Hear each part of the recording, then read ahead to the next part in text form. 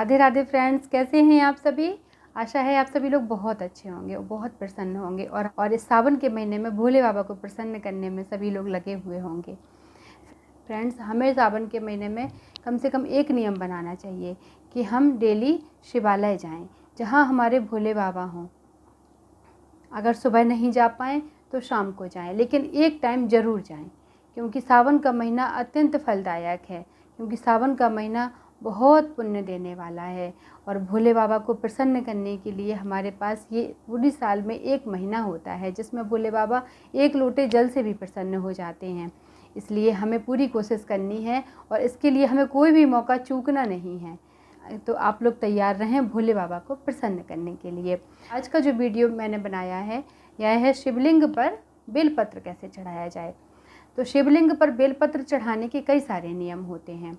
आपको जो ठीक लगे आप उसके हिसाब से चढ़ा सकते हैं। हमारे भोले बाबा तो एक लोटा जल और एक बेलपत्र से ही बहुत प्रसन्न हो जाते हैं। तो हमें चाहिए कि हम उसी बेलपत्र को सही तरीके से चढ़ाएं, हमारे भोले बाबा अत्यधिक प्रसन्न हो और हमारी पूजा भी सफल हो। तो चलिए मैं आज आपको बताती हूँ कि शिवलिंग पर बेलपत्र कैसे चढ़ाया जाता है, उसके क्या नियम हैं और किस तरीके से हमको चढ़ाना चाहिए। फ्रेंड्स, सबसे पहले हम यह जान लेते हैं कि बेलपत्र को किस दिन नहीं तोड़ना चाहिए और किस दिन तोड़ना चाहिए।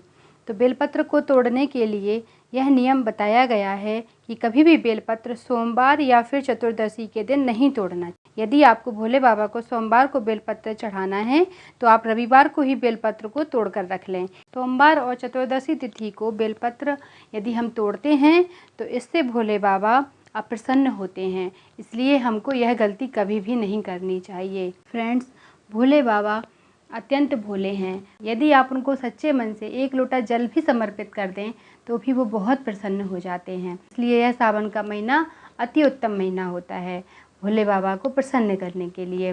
फ्रेंड्स, हमारे पुराणों में बिल्व पत्र के लिए कहा गया है त्रिदलम त्रिगुणाकारम त्रिनेत्रम च त्रिदायुधम त्रिजन्म पाप संहारम बिल्व पत्रम शिवार्पणम। फ्रेंड्स, बिल्व पत्र में तीनों देवता विद्यमान हैं, ब्रह्मा, विष्णु और महेश। बेलपत्र को शिवलिंग पर चढ़ाने का सबसे पहला नियम है कि आप जब भी बेलपत्र लेकर आएं तो उसमें जो डंठल लगा हुआ होता है उसको उससे अलग करें, क्योंकि यह डंठल इंद्र के वज्र के समान होता है। इसके साथ भोले बाबा को बेलपत्र नहीं चढ़ाया जा सकता, इसलिए इसको हम अलग कर देते हैं। और हमेशा एक बात का ध्यान रखना कि कभी भी इसको कैंची से या चाकू से मत काटना, हमेशा उंगली से ही तोड़ना। आपको इस बात का हमेशा ध्यान रखना है और सारी बेलपत्र को इस तरीके से हमें तोड़कर रख लेना है। कभी भी हमें भोले बाबा को खंडित बेलपत्र नहीं चढ़ाना चाहिए। ये देखिए आप, ये तो इसमें अगर बेलपत्र में पूरे 3 पत्ते नहीं हैं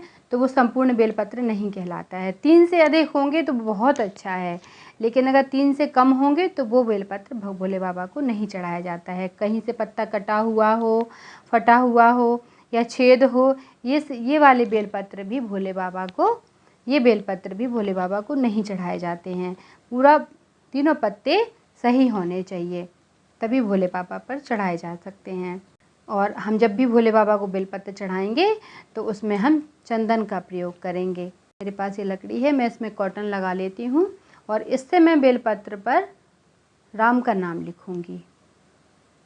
आप चाहें तो बेलपत्र पर राम का नाम लिख सकते हैं या आप चाहें तो बेलपत्र पर ओम नमः शिवाय भी लिख सकते हैं। मैं हमेशा बेलपत्र पर राम का नाम लिखती हूँ, क्योंकि भोले बाबा राम जी की पूजा करते हैं और यदि हम उनको राम नाम लिखकर बेलपत्र समर्पित करेंगे तो वो अत्यंत प्रसन्न होंगे। इसलिए हमें भोले बाबा को राम का नाम लिखकर ही बेलपत्र चढ़ाना चाहिए।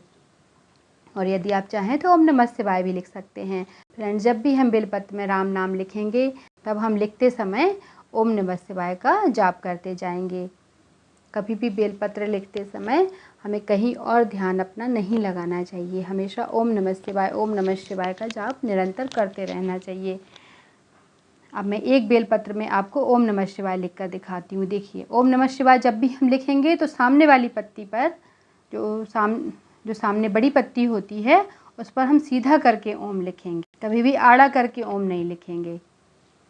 इस चीज़ का आपको विशेष ध्यान रखना है। बहुत ही आराम से हम लिख पाते हैं। यदि आपकी कोई भी मनोकामना है या आप कुछ परेशानी में हैं तब आप हमेशा बेलपत्र में ओम नमः शिवाय लिखकर चढ़ाएं। और यदि आपको बहुत जल्दी है, आप नहीं लिख पा रहे हैं, आपके पास टाइम कम है, तब आप तीनों पत्तों में चंदन लगा दीजिए और उसके बाद उनको चढ़ा दीजिए। लेकिन खाली बेलपत्र आपको कभी भी नहीं चढ़ाने हैं। यदि आपके पास इससे भी अधिक कम टाइम है, आप चंदन भी नहीं लगा पा रहे हो, आपके पास बहुत कम टाइम है, शिवालय जाएंगे या घर पर पूजा करेंगे, के पास में 1 लोटा जल तो अवश्य होगा।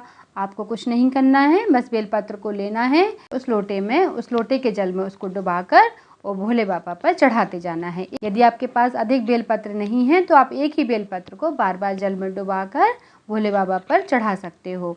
बेलपत्र कभी भी बासा नहीं होता है, बेलपत्र हमेशा ताज़ा होता है, इसलिए आप एक बेलपत्र को कई बार यूज़ कर सकते हैं। आपको एक बात हमेशा ध्यान रखनी है, बेलपत्र को हमेशा उसके चिकने साइड से चढ़ाना है। कभी भी जहाँ पर धारियाँ बनी होती हैं उस साइड से बेलपत्र को कभी भी नहीं चढ़ाया जाता है, क्योंकि हमारे शास्त्रों में कहा गया है जब भी कोई पेड़ के पत्ते जिस डायरेक्शन में पेड़ पर होते हैं उसी डायरेक्शन पर वो चढ़ाए जाते हैं। तो आप हमेशा ध्यान देना, बेलपत्र के जो पत्ते होते हैं वो हमेशा चिकने साइड से नीचे की साइड झुके हुए होते हैं, तो हम हमेशा उनको उसी तरीके से चढ़ाएंगे।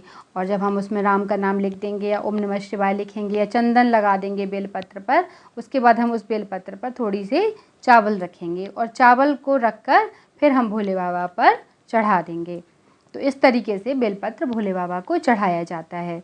आपको जब भी बेलपत्र भोले बाबा को चढ़ाना है तो जो उसका डंठल होता है वो हमेशा उत्तर दिशा की तरफ होना चाहिए। इसलिए आप जब भी भोले बाबा पर बेलपत्र चढ़ाएं तो आप हमेशा इस चीज़ का ध्यान रखें कि वो डंठल उत्तर दिशा की तरफ है या नहीं। मैं आपको दिखाती हूँ बेलपत्र भोले बाबा पर कैसे चढ़ाया जाता है।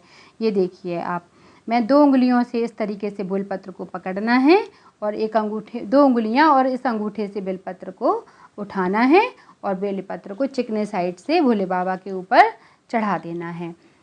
और जब भी हम बेलपत्र को भोले बाबा के ऊपर से उठाएंगे तब हमें उठाना कैसे है ये भी देख लीजिए आप। हमेशा हमें 2 उंगलियों का प्रयोग करना है, एक अंगूठे को और एक अंगूठे के बगल वाली उंगली को। इन दोनों उंगलियों को हम पकड़ कर रखें, इन दोनों उंगलियों से हम बेलपत्र को पकड़ेंगे और उठाकर नीचे रखेंगे। इस तरीके से हमको उठाना है और इस तरीके से हमको रखना है। इन सब चीज़ों का आपको हमेशा ध्यान रखना है।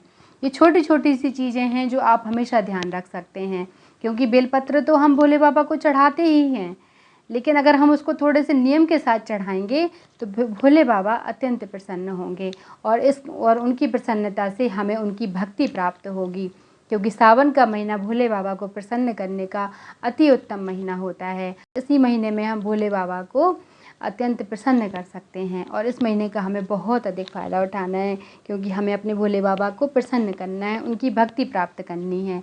और हमें अपने भोले बाबा की अगर भक्ति प्राप्त करनी है तो जो चीज़ उनको पसंद है उसी चीज़ को हमें उनको समर्पित करना है और उनको प्रसन्न करना है। यदि आपको मेरा ये वीडियो अच्छा लग रहा है और यह जानकारी यदि आपको अच्छी लगी है तो आप मेरे चैनल को सब्सक्राइब करिए, लाइक करिए और कमेंट करिए। और जिन लोगों ने अभी तक मेरे चैनल को सब्सक्राइब नहीं किया है वो ज़रूर सब्सक्राइब कर लें, क्योंकि मैं आगे और भी अच्छी जानकारी आप लोगों तक पहुंचाऊंगी। मैं पूरी कोशिश कर रही हूं कि आप लोगों तक हर एक जानकारी पहुंचाई जा सके। प्लीज़ आप लोग मेरे चैनल को सब्सक्राइब ज़रूर करें और प्लीज़ पूरा वीडियो देखा करें, क्योंकि आधी जानकारी अगर आप लेकर चले जाएंगे तो उससे कोई फ़ायदा नहीं होगा। अगर आप पूरा वीडियो देखेंगे तो आपको पूरी जानकारी मिलेगी। जय श्री राधे फ्रेंड्स।